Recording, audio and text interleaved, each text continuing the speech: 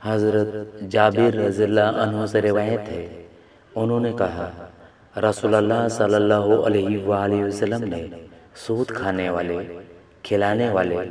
لکھنے والے اور اس کے دونوں گواہوں پر لعنت کی اور فرمایا گناہ میں یہ سب برابر ہیں۔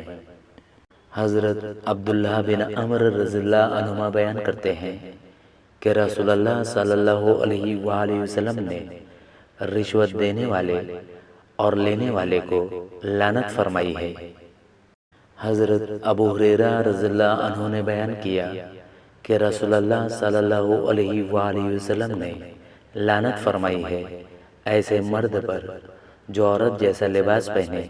اور ایسی عورت پر جو مردوں جیسا لباس پہنے۔ حضرت جابر بن عبداللہ رضی اللہ عنہما کہتے ہیں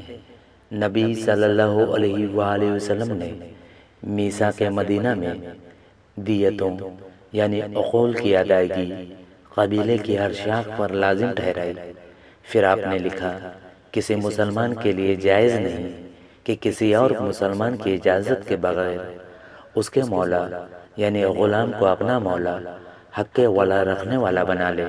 پھر مجھے خبر دی گئی کہ آپ نے اپنے صحیفے میں اس شخص پر جو یہ کام کرے لعنت بھیجی۔ ایوب نے محمد ابن سیرین سے روایت کی، کہا میں نے حضرت ابو ہریرہ رضی اللہ عنہ کو یہ کہتے ہوئے سنا کہ ابو القاسم صلی اللہ علیہ وآلہ وسلم نے فرمایا جس نے اپنے بھائی کی طرف لوہے کے کسی ہتھیار سے اشارہ کیا